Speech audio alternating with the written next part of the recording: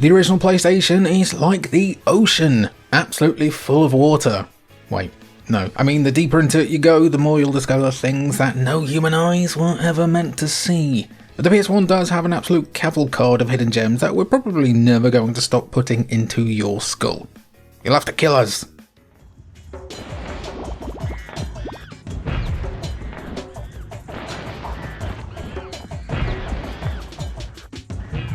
Skull Monkeys might be one of the most forgotten PS1 games of all time, and that is a mighty shame. One of the project leads of Skull Monkeys was Doug Tennaple, the guy responsible for creating Earthworm Jim, while the game itself is a sequel to The Neverhood, a PC point-and-click adventure game that was published by DreamWorks. From those two facts alone, you should have some idea of how impressive the animation for a game like Skull Monkeys actually is. Granted, Skull Monkeys moves away from the first game's point-and-click adventure game roots, but it does retain the animation style that the Neverhood patented, making it one of the most gorgeous games on the PS1. Instead of using polygons or sprites, all the characters in Skull Monkeys are actually created from clay, giving the game an aesthetic all of its own compared to other games on the console. Following on from the events of the Neverhood, players control claymen as they have to fight against a horde of Skull Monkeys controlled by their old big bad clog. Instead of picking up items and clicking on everything in the room in the hopes that you might find a solution, Skull Monkeys is a 2D platformer. Jumping on an enemy's head to beat them is still the aim of the game, but you're also picking up projectile weapons and trying to find secret levels. It's not really a massively innovative game from a pure gameplay standpoint, and it will absolutely spank your bottom in terms of difficulty, but those graphics are worth 1,000 words. Few games have ever been cooler.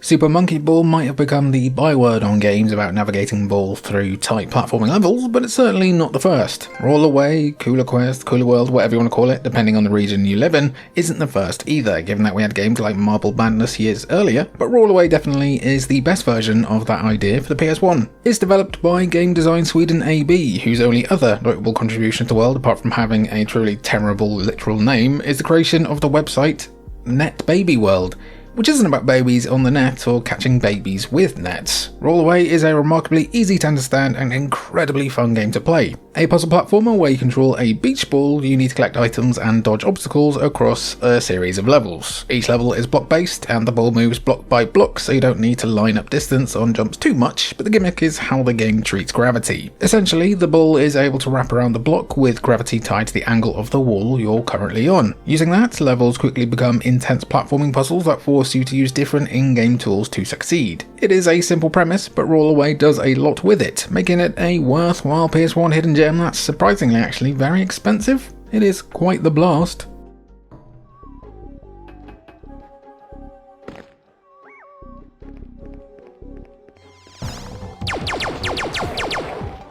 We don't know if there are enough examples of this for it to be called a common character archetype as such, but we love the idea of Intergalactic Himbo, who's actually the dumbest himbo ever to grace the final frontier. We've had Futurama's Zapp Brannigan and Captain Quark from the Ratchet & Clank series, but Captain Blasto from the eponymous Blasto for the PS1 has them both beat. You want big muscle-bound alien-fighting doofuses with brain cells in the single digits, Blasto is for you. If that's not enough for you, Blasto is voiced by the late great Phil Hartman. You might remember from such roles as Troy McClure. Fun, or not very fun at all fact actually, we learned he was actually meant to voice Zapp Brannigan before his untimely murder. If you want to hear what that could have sounded like though, play Blasto. As for the game itself, Blasto is a mix of third-person shooting and platforming developed and published by Sony, which sees Blasto fighting an alien overlord called Bosk. The big bad alien has conquered Uranus and kidnapped a bunch of space babes, so suffer no illusions of this game being anything other than Duke Nukem in space spandex. Still, for a few immature laughs, you can have a lot of fun with Blasto, as it's noteworthy alone for being one of the few PS1 games to make use of the dual stick controllers.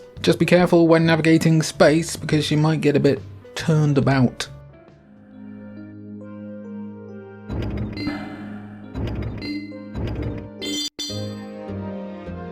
The PS1 had quite a few puzzle games within its beautiful library, with Mr. Driller, IQ, and No One Can Stop Mr. Domino being some of the most famous. He has never been stopped. He can't be stopped. With banger hits like those, it's no surprise that a game like Turnabout was forgotten about, and that's without talking about how long it took for this game to come to the West. Despite launching in Japan in April of 2000, North America had to wait until March 2003.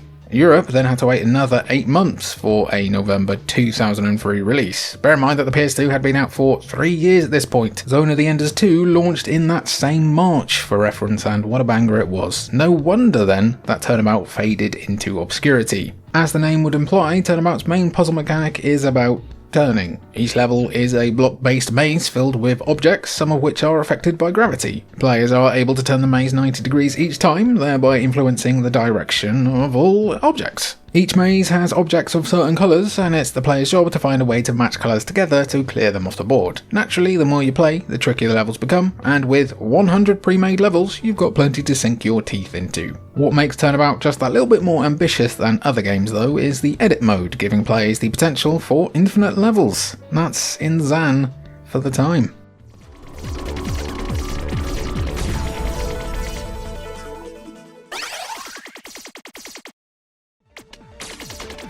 On the surface, Zanac x Zanac sounds like some kind of fight between two mood stabilizers. Instead, Zanac is actually a vertically scrolling shoot-'em-up series developed by Compile, with a history dating back to the series' first release on MSX home computers in 1986. Zanac is seen as somewhat of a predecessor to another Compile shoot-'em-up series in Alest, which dominated the late 80s and early 90s before disappearing until 2020 under the care of M2. Even the original Zanac saw a Switch re-release, but Zanac x Zanac has been lost to time. Probably one of the first examples of a re-release that also includes a new experience, kind of like how the new version of Sonic Generations came with a brand new Shadow game. Zanac x Zanac contains 3 updated versions based on the NES port of the original game. There's plenty of options and settings to tinker with, along with special remix version that feels like a new game entirely, but the headline act here is Zanac Neo. A brand new game with a new story along with 3 selectable ships, Zanac Neo retains the same killer gameplay while offering devoted shoot-'em-up fans something a bit new. Considering the gameplay is from 1986, some found it to be dated, but shoot-'em-ups are always fun, so Zanac x Zanac is well worth checking out. Ah, what's that on my foot? Who's been leaving that cold blood everywhere? I've just stepped in it. Oh.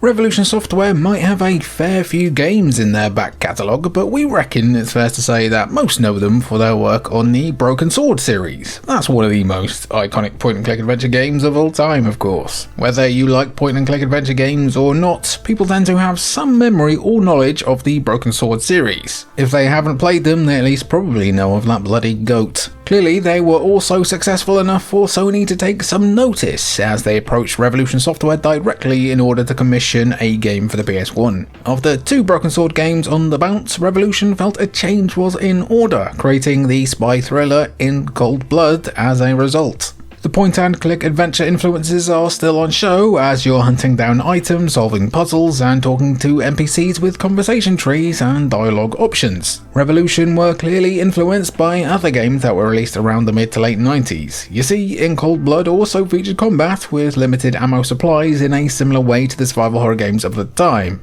Even the box art kinda looked survival horror-y. We'll admit that this tale of an MI6 operative sent to investigate a former USSR state does have some flaws, but if you want a unique spy thriller that wears its influences proudly, In Cold Blood deserves to be remembered more than it is. Remaster or port in between the next Broken Sword games, yeah? Cool.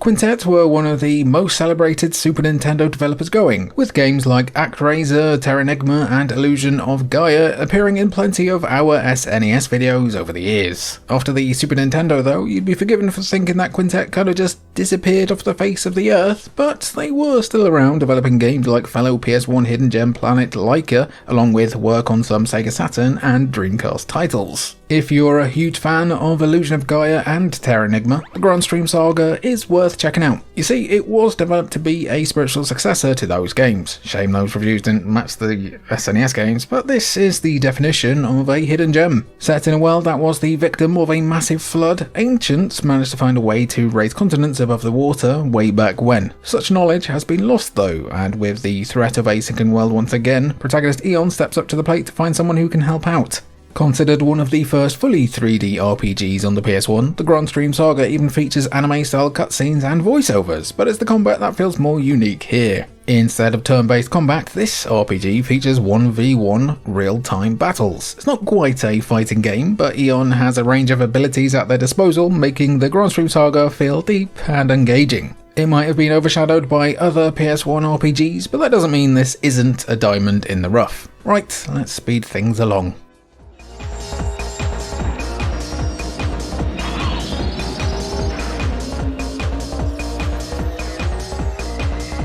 For all you freaks who keep mentioning this one, this entry is for you. Sony were desperate to try and find a way to compete with Nintendo's runaway success regarding the Mario Kart series way back in the day. It felt like Crash Bandicoot had barely jumped on his first woodland animal before Sony stuck the marsupial in a motor and had him throwing nitro crates across the track. It's no wonder then that Sony Computer Entertainment were quick to enter into a publishing deal with Funcom for their new kart racing game Speed Freaks or Speed Punks in North America. If the name Funcom sounds familiar to you, they're the people who've made the more recent Conan and Dune games, and also they published Metal Hellsinger, an absolute whipper that game is. Check it out. Developed by Funcom's Irish studio, Speed Freaks isn't really breaking new ground when it comes to the kart racing formula. You're driving around bizarre tracks with vibrant characters and brightly coloured graphics, and there are random weapon pickups strewn across the track for players to use against their opponents. There's a tournament mode where you compete to earn points over a set amount of races, along with unlockable characters to discover. It's not the most original game we've ever covered, but it does the basics extremely well, and you can understand why people on the channel always go on about it. With multiplayer for up to 4 players, Speed Freaks is an underrated pick for anyone hoping to host some kind of retro multiplayer night in the future.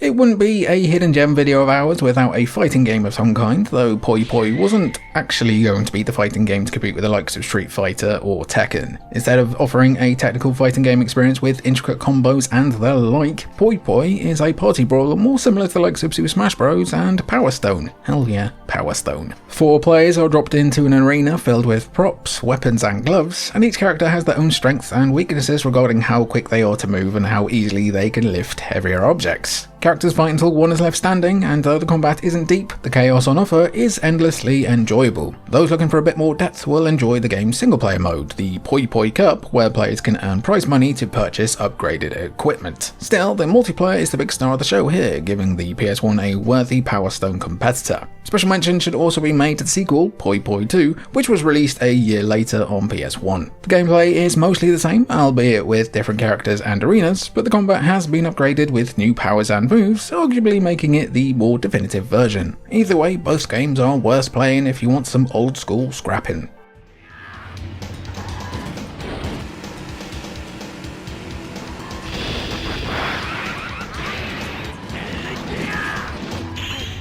Did you know that Sony Computer Entertainment are responsible for developing the PlayStation console and brand?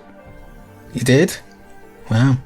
There's more to you than meets the eye. But Sony is obviously more than just PlayStation. Within Sony, you've also got other electronics like TVs and music. But what's most interesting is that Sony Music Entertainment Japan still got involved with video game publishing. Most of the games would be published in Japan alone, but the music department did help publish Tenchu Stealth Assassins in the US, so clearly they knew ball. Looking at the library of PS1 games published by Sony Music Entertainment Japan though, one of the most interesting to note is Speed Power Gunbike. Name of my first child? Sorted. The first game developed by Inti Creates after they broke off from Capcom, Speed Power Gunbike is set in futuristic? Like Rastas from the future. Futuristic Japan, and sees the last of humanity fighting a war against the technologically advanced Michi. No woman AI. You control one of 3 characters and their own personal gun bikes, fighting your way through 3D levels using one of 3 modes. You got bike, robot and rally. Yes, a bunch of ex-Capcom devs essentially made a Transformers game inspired by old school anime, and it's pretty damn ambitious. While the camera might be a bit of a pain when revisiting this one these days, there is a style and aesthetic here that's undeniable. Chang, you know what else is undeniable? The PS1 has a lot of hidden gems, yeah that's right. If you have any other recommendations for hidden gems, it's been a while since we did a collection based on what you guys wanted, so if you want to drop some comments down below, we'll do another video like that. I've been Jimmy, been good to have you, and I'll catch you in the next one.